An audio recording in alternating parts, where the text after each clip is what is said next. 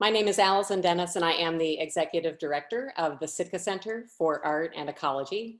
And it is my pleasure to welcome you all to today's poetry reading and discussion with 2018 Poet in Residence, Allison Hutchcraft, in celebration of the release of Swale, her new collection of poems.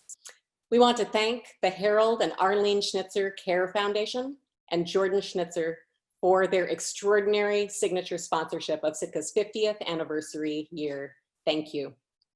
We also want to thank our event sponsors, McMinimans, Framing Resource, Brian Potter Design, Siltstone Wines, Schwabe, Williamson and Wyatt, Tom and Ellen Abregu, and Judy Vogland and Bob Dayton. Thanks one and all for sponsoring Sitka's events throughout the years. I personally want to thank Sitka's team of staff and board members who are working so creatively and collaboratively to bring events like this one to being in a challenging year.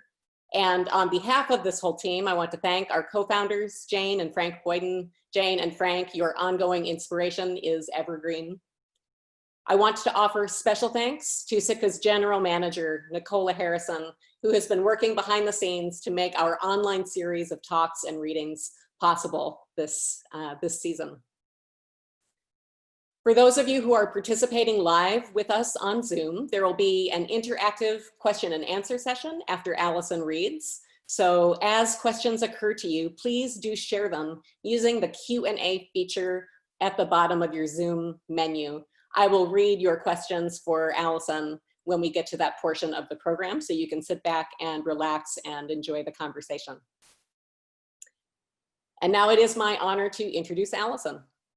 Allison Hutchcraft grew up in California and received her MFA from Purdue University. She is the author of Swale, which was named the 2019 Editor's Choice by New Issues Poetry and Prose, and is forthcoming right now in October 2020. Her poems have appeared in Boulevard, the Cincinnati Review, Crazy Horse, the Gettysburg Review, Kenyon Review, the Missouri Review, and the Southern Review, among other journals. Her co-translations of contemporary Spanish poet Concha Garcia's poems have appeared in West Branch and the Massachusetts Review. A former resident at the Sitka Center for Art and Ecology on the Oregon coast, she has been awarded an Artist Fellowship from the North Carolina Arts Council, a Regional Artist Project grant from the Arts and Sciences Council for the City of Charlotte and Mecklenburg County, and scholarships from the Tin House Writers Workshop, the Key West Literary Seminars, and the Community of Writers. She teaches creative writing at the University of North Carolina at Charlotte, and today she is here to read poems to all of you. There is a heartening scene in J.M. Barrie's Peter Pan, in which Peter, in order to save Tinkerbell, breaks through the fourth wall of Neverland and asks everyone who believes in fairies to clap their hands and cry out. So, Sitka community, wherever you are, if you believe in poetry, please make a joyous ruckus and help me welcome Allison Hutchcraft back to Sitka.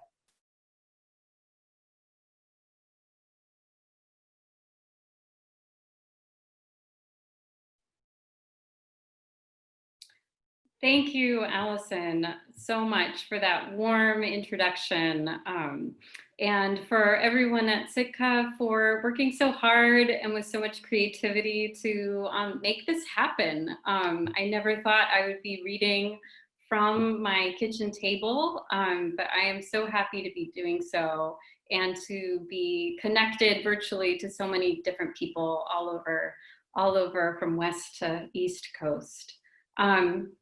I am thrilled to be sharing some poems from my book Swale tonight. Thank you everyone for joining up. And in preparing for this reading, I just loved thinking about my time at Sitka.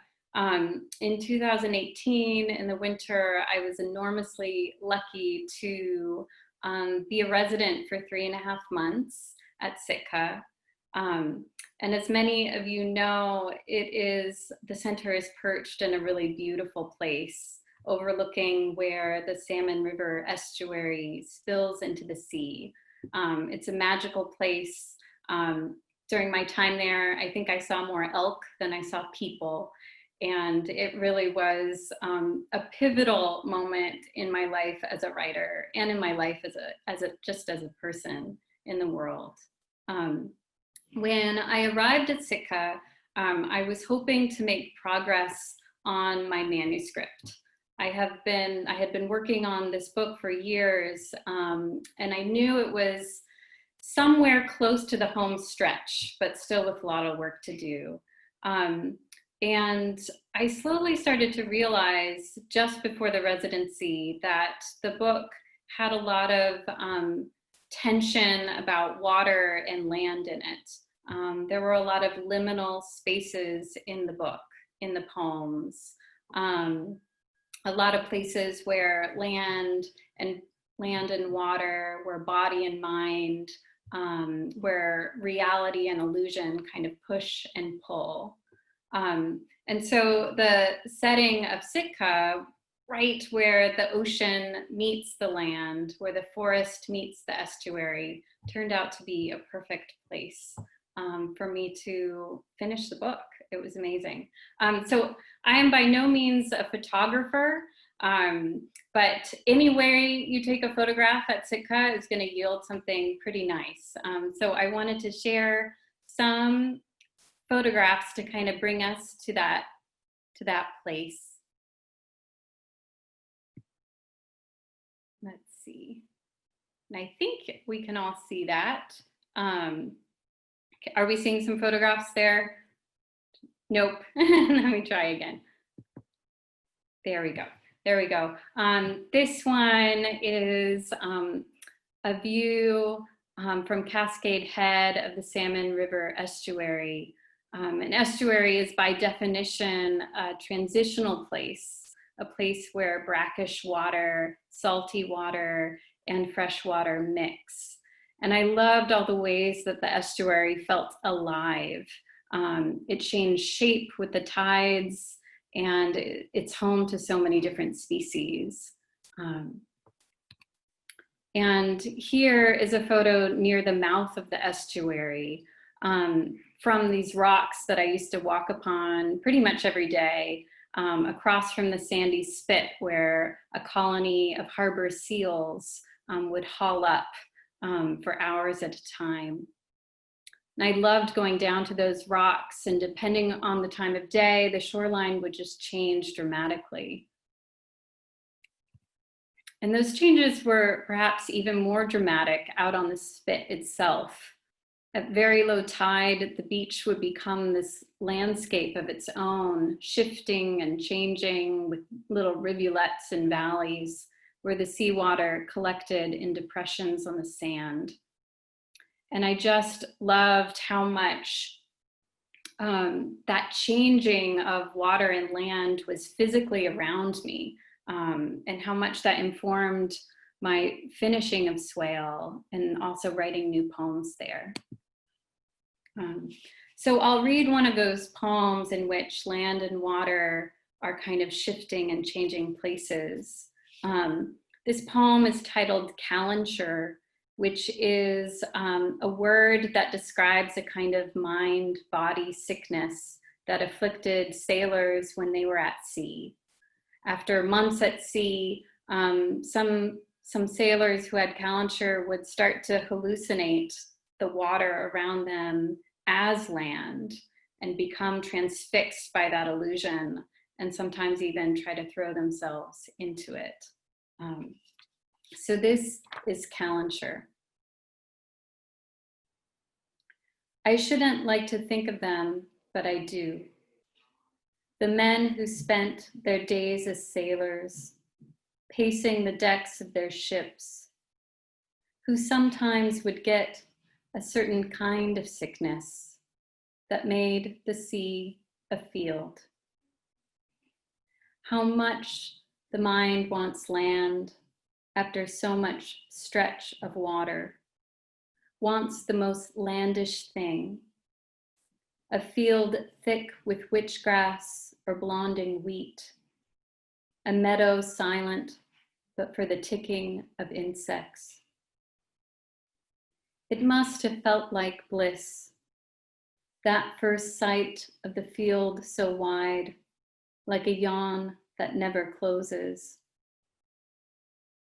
Some say ships carried tufts of earth on board to bathe those afflicted, or when they finally reached shore, pressed the sailors' faces down into the dirt. From Calendure, Spanish for fever, those affected had a fierce look. I know I shouldn't like to think of those men, but what it must have felt like. The field green and glinting in that sun, the few seconds in the air before they drop into those reedy waves, the unshorn grasses, their bare, unsinkable sway.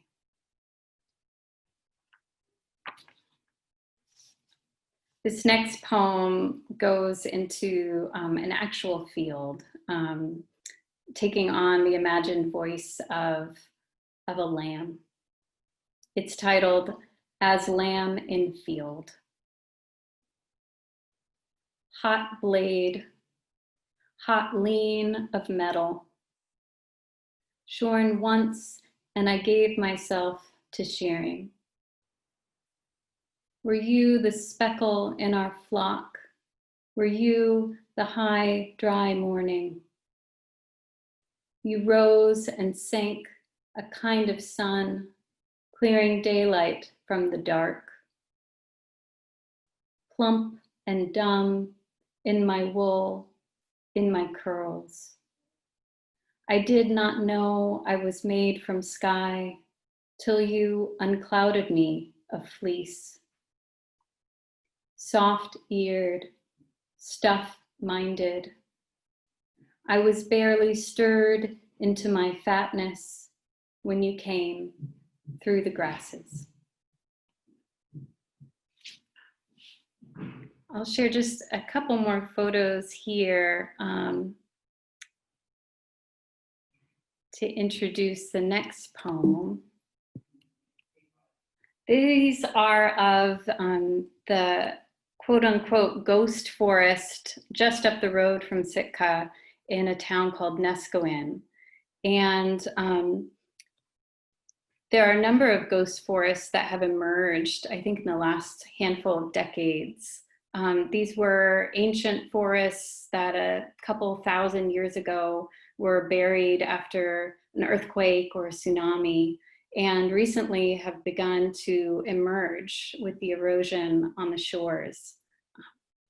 I went to Neskowin's ghost forest a couple of times, once as the fog was just lifting to show the forest shining on that beach. And once when I got very wet by trying to get too close to the tree stumps. And the tide was coming in, and it just was so beautiful and so moving to see. So this poem is called Ghost Forest. As if resurrected, the trees have returned. What's left of their once buried trunks now jagging through beach sand. We go at low tide so we can see them. And it is easy to walk to those farthest upshore, to peer into their hollows made by wind and by water, following the ancient rings, the swollen wood, dark and soft, something to flake with a tool or a fingernail. In all the available spaces, blue-gray stones, the surprising white of shattered shells, as if someone had lodged them there deliberately. Delicate, bone-like, barnacles encase trunk after trunk, each exoskeleton as small as a stud earring and open at the top, like an erupted volcano or extracted molar. Farther north, in the outskirts of Alaska's archipelagos, if the earth ruptures, we will feel it. The sea will swell with tsunami waves, covering roads and towns, breaking apart the shore, as 2,000 years ago, these spruce broke from high cliff shelves. And when they were buried, it was instantly. Flanks of land collapsing, swallowed, and the animals too, their pelty sinking. Called ghost, but look how what's left stubbornly remains. Not ghost at all, but solid, stunted branches, radial and smooth. The polished wood now green with a fine algae, or limp strands of seaweed, which, when the tide returns, will rise like candles taking flame. Look closer. There is always something ready to bury us. Slabs of damp sand break off into the creek that cuts this beach in two. In the Arctic, whole glaciers fracture this way, the oceans everywhere rising. A woman wades across the silty creek, carrying her small dog in the cleft of her jacket, her legs more and more submerged, nearly up to her hips now, the look on her face.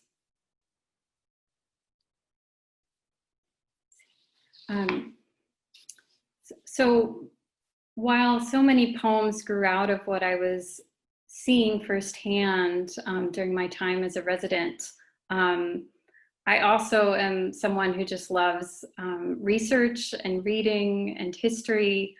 So some poems were quite far flung from our little spot in Cascade Head.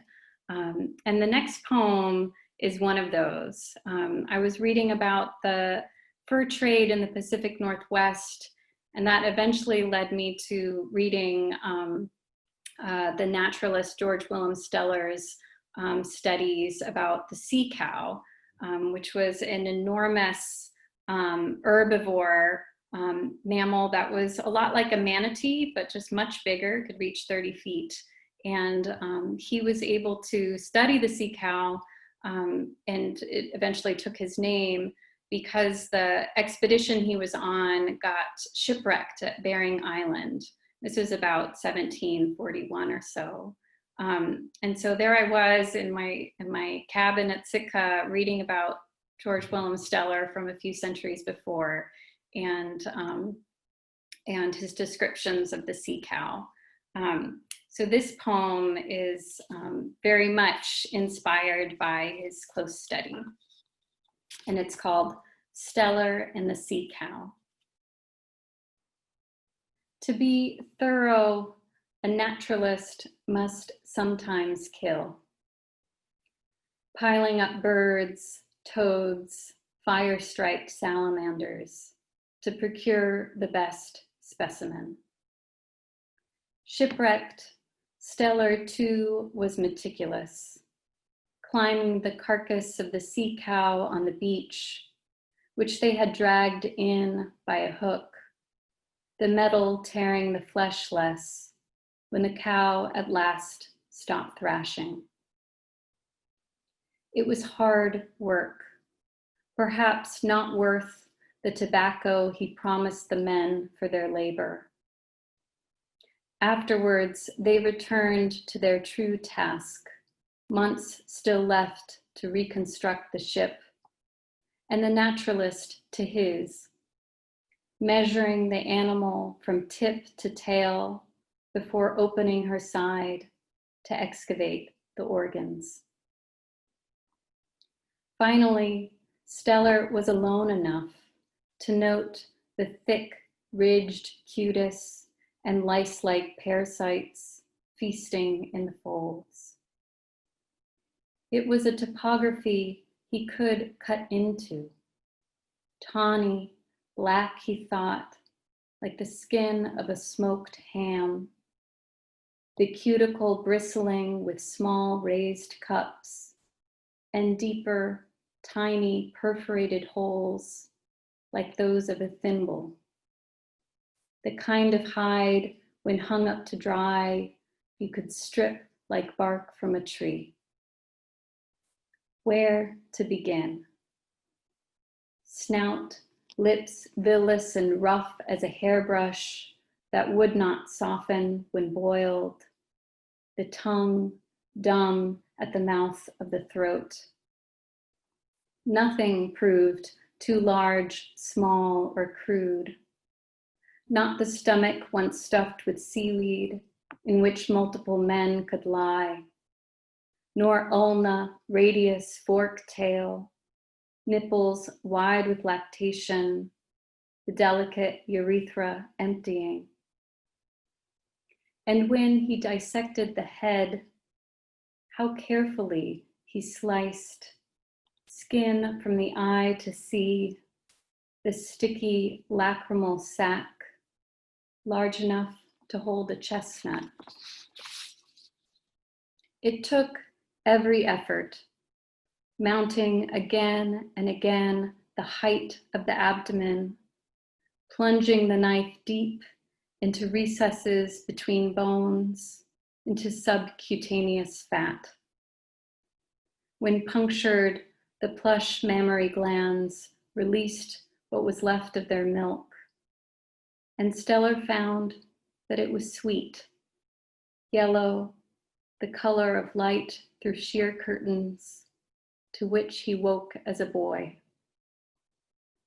Imagine Stellar, flush with his work, ignoring the stench of dead sailors, half buried in the sand and scavenged by foxes, as he stares out to the sea, to the rocky cliffs studded with mammoth bones, to the sea cows still alive and feeding, the seals curling under the waves, the fog lifting into what the future will be.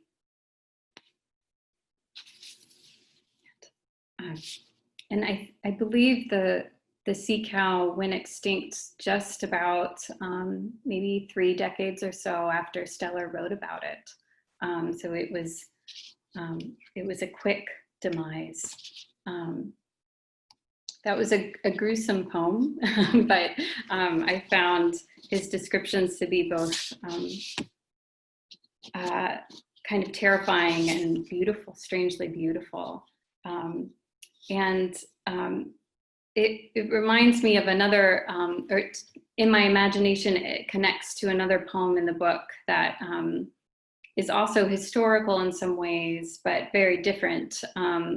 This poem is about reliquaries, right? Where centuries ago, the bones or small remains of saints would be housed.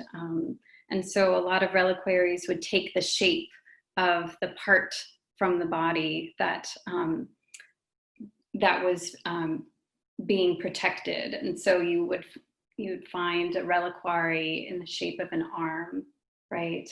Or you might find a reliquary in the shape of a heart.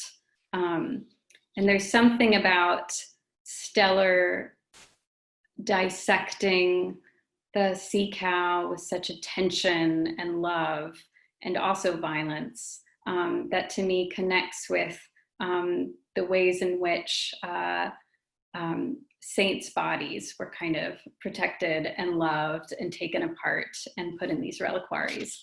So that's kind of the connection here. And this poem is titled Reliquary. Silver, shaped like a heart, but now empty, holding only some air, a lung full of sour breath from someone who last breathed before the metal hinge clicked shut.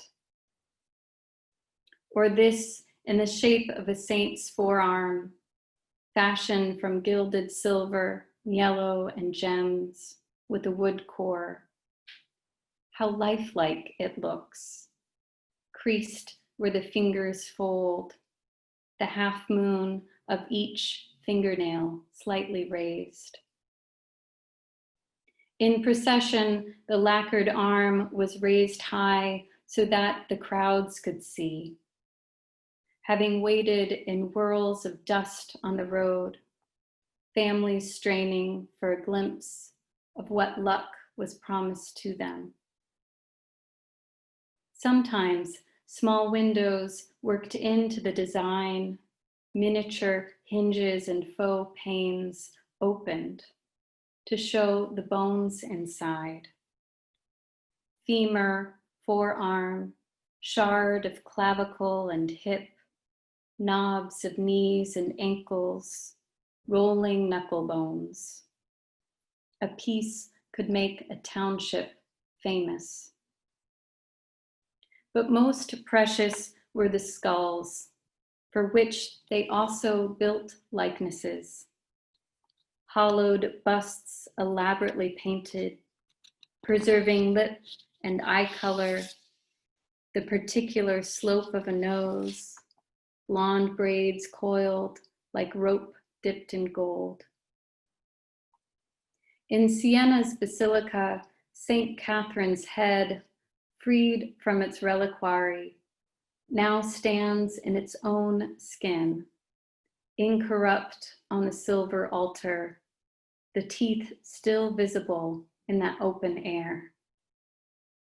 To get the head, the Sienese had to sever it from the body and smuggle it out of Rome, a pious mutilation ordained by the papacy.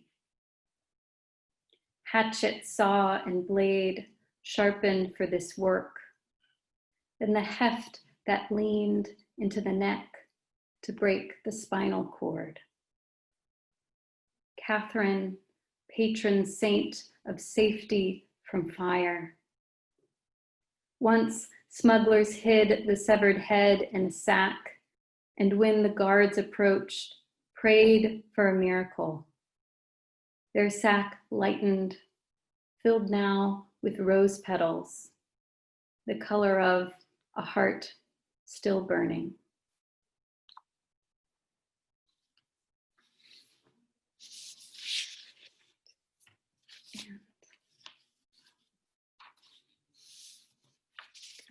Read a short poem called Whale Fall.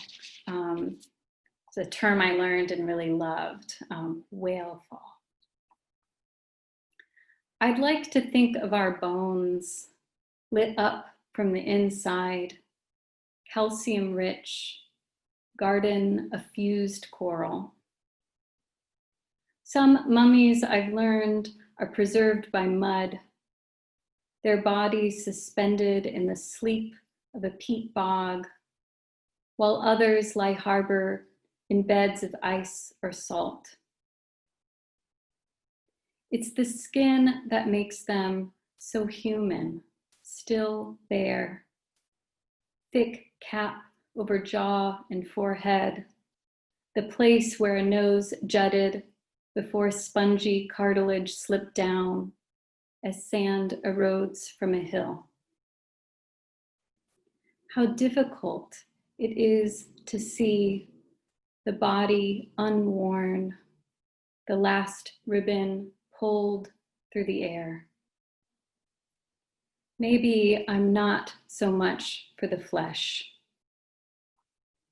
When a whale carcass drops to the ocean floor, it's called whale fall. And seasons pass before the bones begin to show, before those alien white forms work through like blisters of light.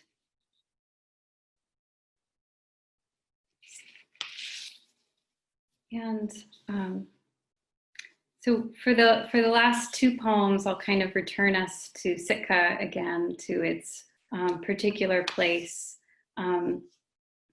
I knew before the residency began that the title of the book would be Swale. It took me a lot of tries to figure out that that would be that would be the title. I had some terrible titles before, but I just, swale is a wonderful word. I love the sound of it.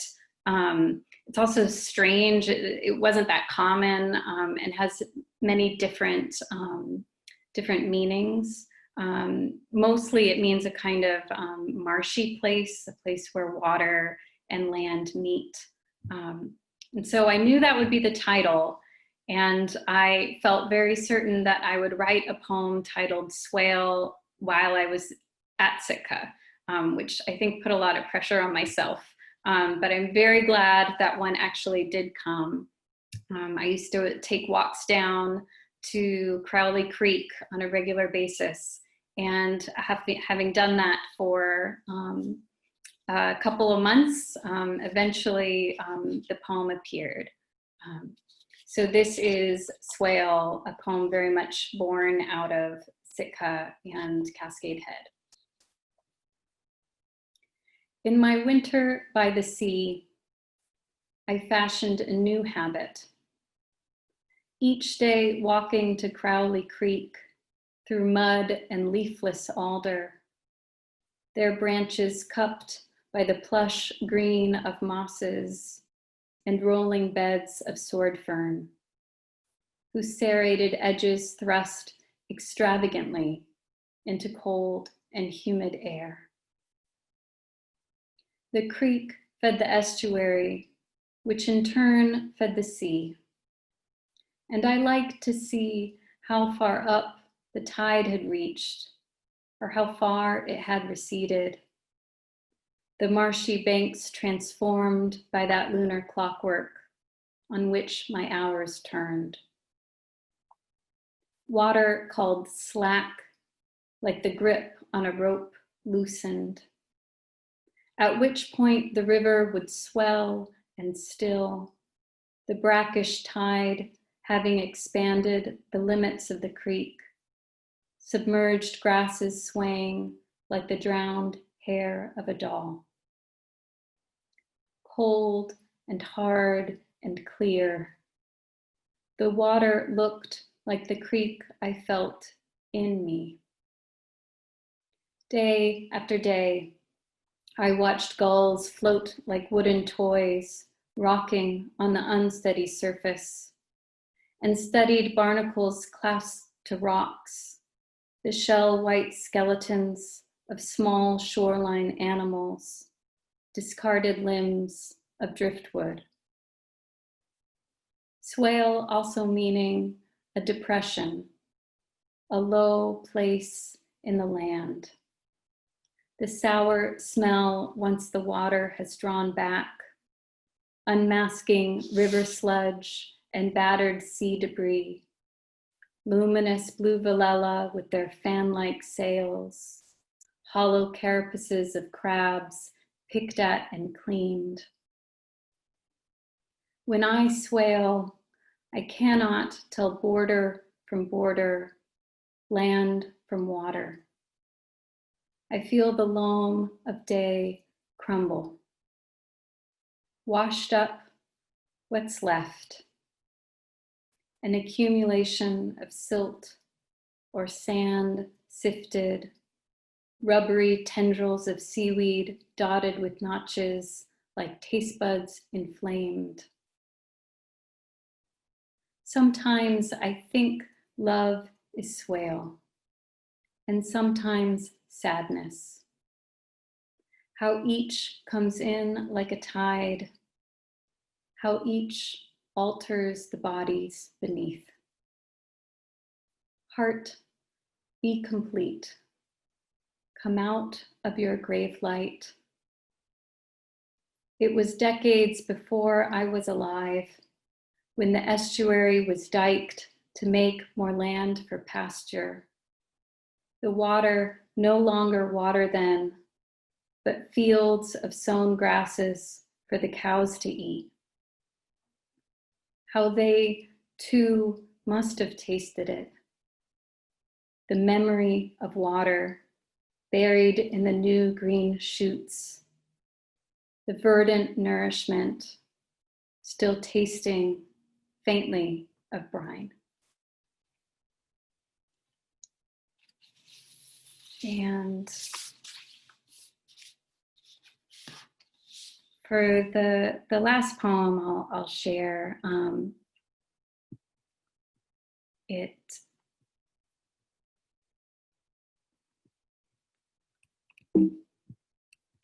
see, there we go. It's this view, which many people know and love. The hike up Cascade Head brings you to this precipice. It's glorious. I love the ways in which you feel as if you are at the edge of the world. And it is a very good spot to sit and take out one's notebook to write or to draw. So this last poem was inspired by that place. Sometimes I am permitted to return to the sea. Sometimes I am permitted to return to the sea, as if it were the bank of the world that beckoned, as if I could ride its blue as one climbs wind-shorn grasses, made precipice, made headland crop, where ospreys divide fields of sky, swooping, then gliding, then absolutely still, as if held by strings. A child's aeroplane treading air before it dives, runnels and waves, white flicks flecking the horizon line. The sea where I am no voice, am voiceless, buried by the sound of water into wind, of earth and orbit sliding, clumps of foam tossed over wet pitted beach, flurry of sand crabs as the quick water recedes.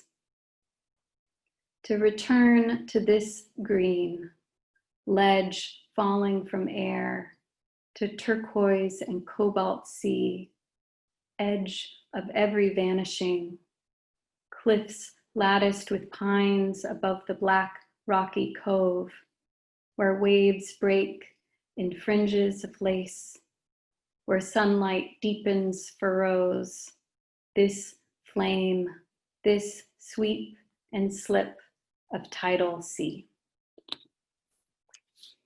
So, thanks everyone for listening. Yeah.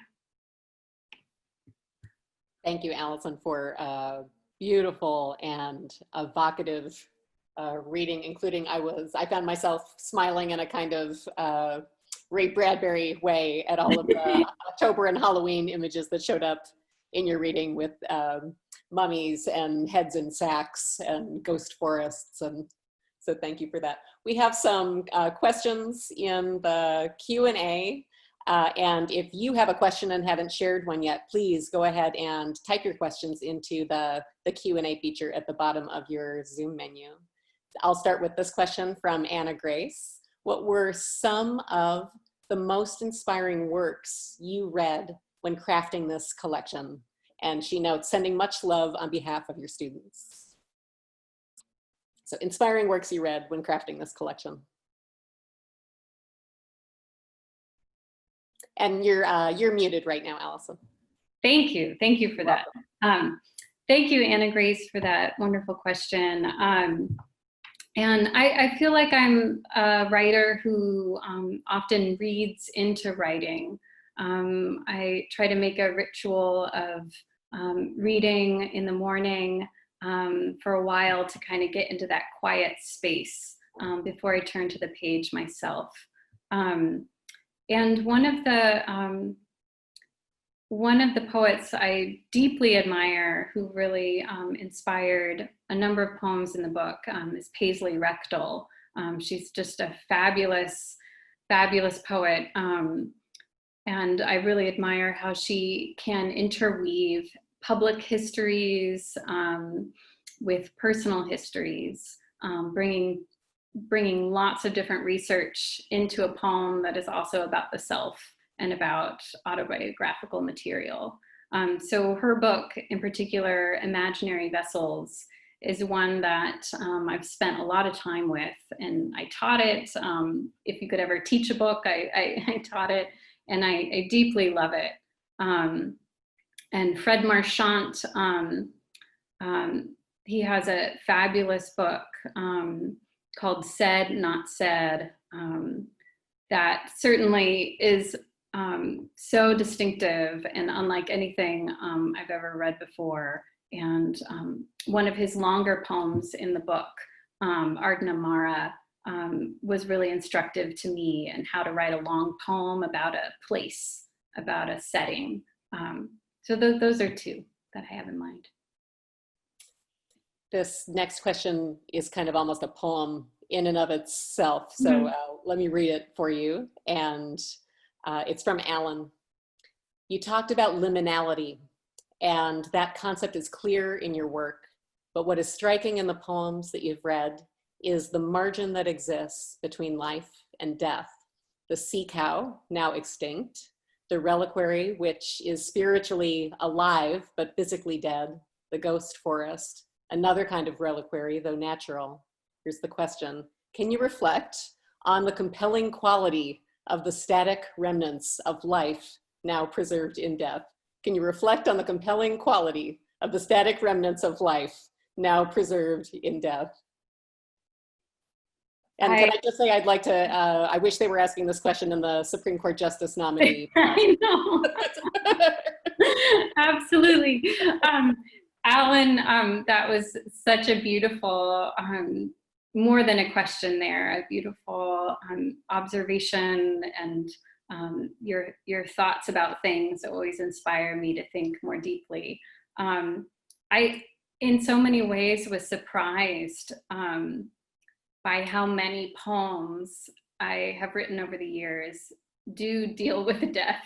I shouldn't be surprised by that. It's a topic everybody goes to, but I only started to find some of these patterns in the last process of putting the book together. And so I feel as if the poems are hopefully better spoken about it, about your question than I could answer right now. But I do find myself often wanting to go to the edge of something. And there seems to be a kind of electricity in moments where when people are thinking about the edge of their own lives or the edge of someone else's life.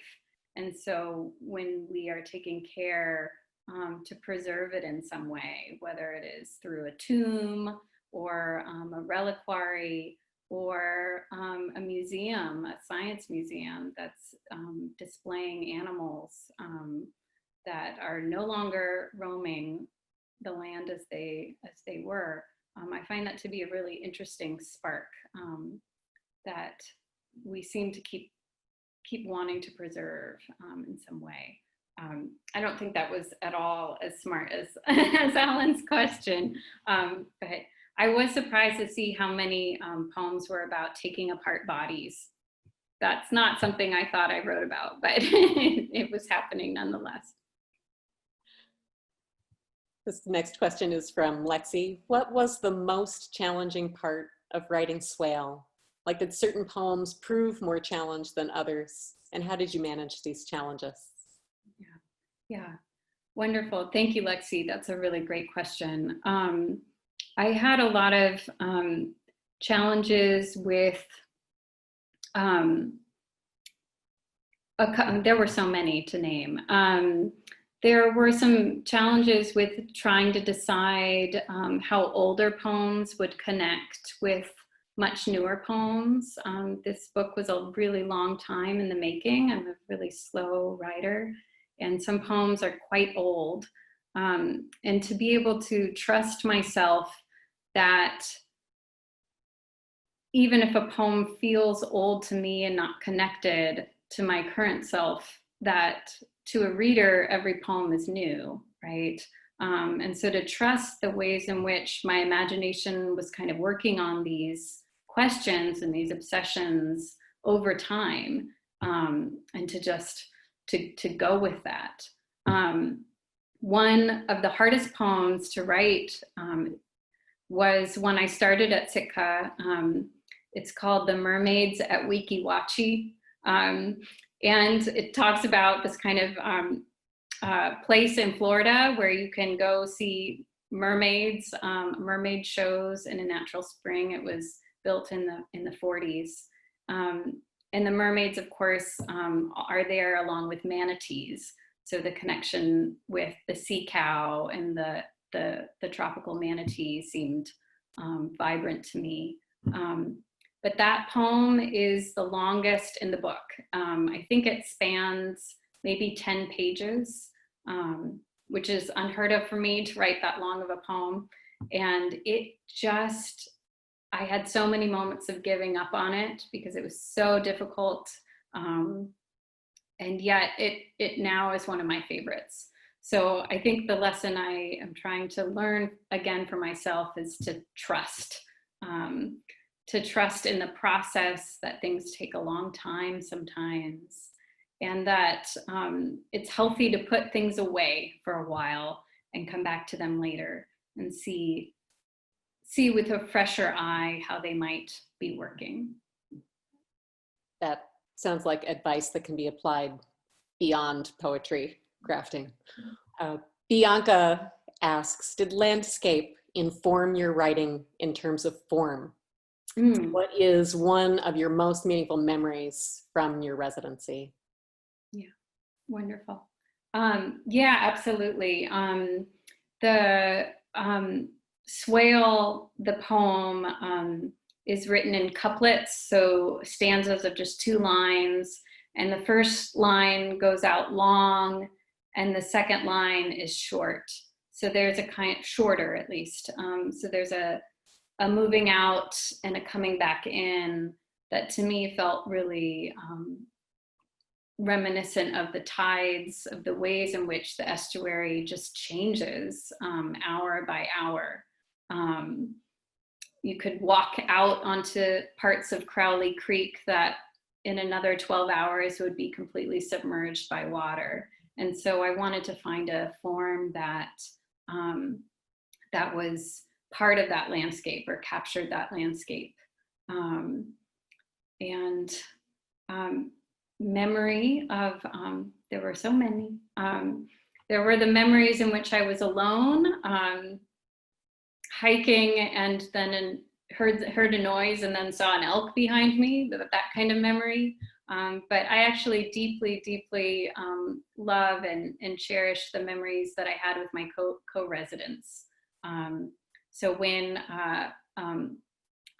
Bailey had a birthday and we had a little party at my cabin, and another time when we would sit out on the beach on a really sunny day. So there were many memories, and they are keeping me sane right now as I am inside a lot of the time and very far away from an ocean. So. Ella asks, how did you know Swale as a collection was finally finished or complete? I guess that's another death or birth question. Right. Yeah, that's a great question. I did actually start to feel like it was getting very close at the end of my residency. I had written a number of the poems that fleshed what was more of a skeleton out. The Weeki Wachee poem I had started, Swale, of course, Ghost Forest, a number of poems that felt to me really pivotal. And I spent the summer after the residency finishing poems, kind of going a little nuts trying to revise, and then ordering the book into 4 different sections. And maybe one of the moments at Sitka that was really helpful, the residents did a reading for some college students, and I shared some of the oldest poems in the book that are about the dodo bird, another kind of icon of extinction. And those poems I thought were completely done. It's a suite of about 10 poems talking directly to the dodo. And I'd finished them a long time ago, and I knew they were going to end the book. And Mindy, who worked at Sitka then, told me like, oh, the dodo, I just saw this article that said they discovered in one of the skulls of the remaining dodos that we have that it had been shot with fowling shot, with bird shot in the back of its head. And scientists were like, how could this be? When did that happen? This was centuries ago. And it opened up what was supposed to be a closed book about this bird. And Mindy told me that, shared the article with me, and then I thought, I have to write a poem about that. And so it made me open up something that had been done for years to write one more poem. And that really helped me imagine how the book was working as a whole, and it felt like the final stretch. And once that poem was written in the summer, put it in, and then revisions and ordering, and it really did feel like a long process, somewhat in the dark for years. And then the momentum came and things started to come together, and it really is truly my time at Sitka that allowed that to happen. Mindy just reached out today by email to send some Sitka well wishes. So thanks for sharing that story. Paula asks, well, first she greets you. Hi, Allison. Has your poetry always been informed by the natural world? I think so. I've always just loved being outside. Some of my favorite places in the world are the mountains, the foothills where I grew up, being there. When I visit my family, I go there, and the feeling of walking in those foothills is very close to the feeling of when I'm writing a poem, when I'm happy writing a poem, because sometimes it's frustrating, but it makes me feel alert and alive and creative. And looking back through some very old poems, which I don't recommend doing, but there tends to be always some element of the natural world there. It's, I think, where my imagination always wants to go. Why don't you recommend looking back through old poems? Well, it's a rabbit hole, I think, for me. And some, I think I started writing seriously in graduate school, actually. I was late to the game. And some of those were very, very rough and maybe show different parts of myself, older selves that, I'd rather not hang out with as much anymore. But I do recommend looking at them sometimes, but only every once in a while, maybe. We have a few more questions and then we'll bring the reading to a close. Erin asks, with Swale, you mentioned you had the title first and were putting pressure on yourself to deliver. Were you thinking more of your audience and the reception of the poem than typical? It was my favorite. Curious about your approach, and side note, much love from Erin and Todd. Oh, that's fair. Thank you, Erin and Todd. It's really nice to know that we're all here together. And yeah, I think actually with Swale, I knew that was the title. I don't know when exactly and how, but I felt such relief when I knew that. The pressure of the audience actually felt much stronger when I was trying out titles before. I would try out something and it wouldn't feel right, but I'd sort of pressure myself to say, okay, no, that's the title. And I ran through a number of them over a number of years. And all of those felt really uncomfortable. And I think some of the discomfort came from wondering what that title sort of presented the book as. But actually with Swale, it just, I had a little worry that people would be like, what does that mean? Or how do you pronounce it? But I just didn't care. I liked it. I liked it and it felt real and it felt right. And so I suppose the pressure I talked about before came more from the self, in a sense of, this is the time now. You know, I have this opportunity where I don't have anything to do but write and hike and talk to folks every once in a while. And I just wanted to be able to take that time and do everything I could with it. And it just felt lucky that things were aligning up the way that they were.